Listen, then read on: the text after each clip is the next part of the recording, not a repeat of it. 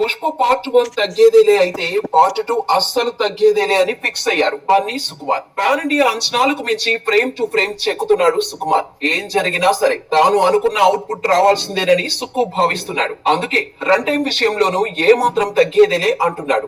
ఈ సినిమాకు దాదాపు 3.5 గంటల వరకు భారీ రన్ టైం వచ్చిందని వార్తలు రాగా ఫైనల్ గా 3 గంటల 15 నిమిషాల రన్ టైం లాక్ చేసినట్టుగా సమాచారం. అంటే ఈ సినిమా కోసం సగటు ప్రేక్షకుడు థియేటర్ లో 3.5 గంటల సమయం కేటాయించాల్సిందే. కానీ ఇంతసేపు ప్రేక్షకులను సీట్లో కూర్చోబెట్టడం అంటే మామూలు విషయం కాదు. Gripping screen play, action sequence, interval bank, pre climax, climax next level లో ఉండాల్సిందే. ఇప్పటికీ ఈ సినిమాలో వచ్చే ప్రతి యాక్షన్ ఎపిసోడ్ గూస్ బాంబ్స్ ఇస్తుందని చిత్ర యూనిట్ చెబుతోంది. కాబట్టి పుష్పగాడి రూలింగ్ కు ఆ మాత్రం టైం ఉండాల్సిందేనని చెప్పొచ్చు. అయినా ఈ మధ్య వస్తున్న పాన్ ఇండియా సినిమాలు 3 గంటలకు అటు ఇటు రన్ టైం తో వస్తున్నాయి. హిట్ టాక్ వస్తే ఓకే, లేదంటే మళ్ళీ 10-15 నిమిషాలు ట్రిమ్ చేయాల్సి ఉంటుంది. కానీ పుష్పరాజ్ కి యమ క్రేజ్ ఉంది కాబట్టి ఈ రన్ టైం ను పెద్దగా పట్టించుకోరని చెప్పాలి. ఇక డిసెంబర్ 5న పుష్పగాడి మాస్ జాతరకు బాక్స్ ఆఫీస్ దగ్గర ఫస్ట్ డే ఏకంగా 200 కోట్లకు పైగా ఓపెనింగ్స్ వచ్చే ఛాన్స్ ఉందని, కుదిరితే RRR పేరిట ఉన్న ఈ 223 కోట్ల రికార్డు కూడా బ్రేక్ చేసే ఛాన్స్ ఉందని